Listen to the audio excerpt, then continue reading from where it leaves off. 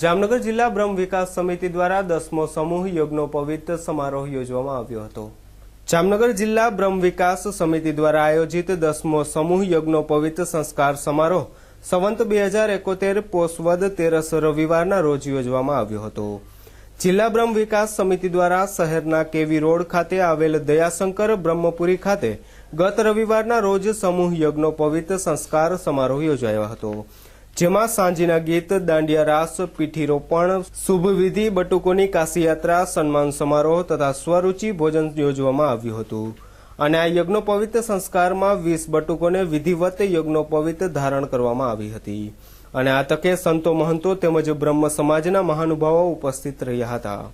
આ કાર્યક્રમને સફળ બનાવવા જિલ્લા બ્રહ્મ વિકાસ સમિતિના જિલ્લા પ્રમુખ મનોજભાઈ જોશી, મહામંત્રી સુખરામભાઈ અસવાર, શહેર પ્રમુખ પ્રવીણભાઈ હોરિયા, જિલ્લા ઉપપ્રમુખ દીપકભાઈ પંડ્યા સહિતના વગેરે હોદ્દેદારો, કાર્યકરો દ્વારા જહેમત ઉઠાવવામાં આવી હતી।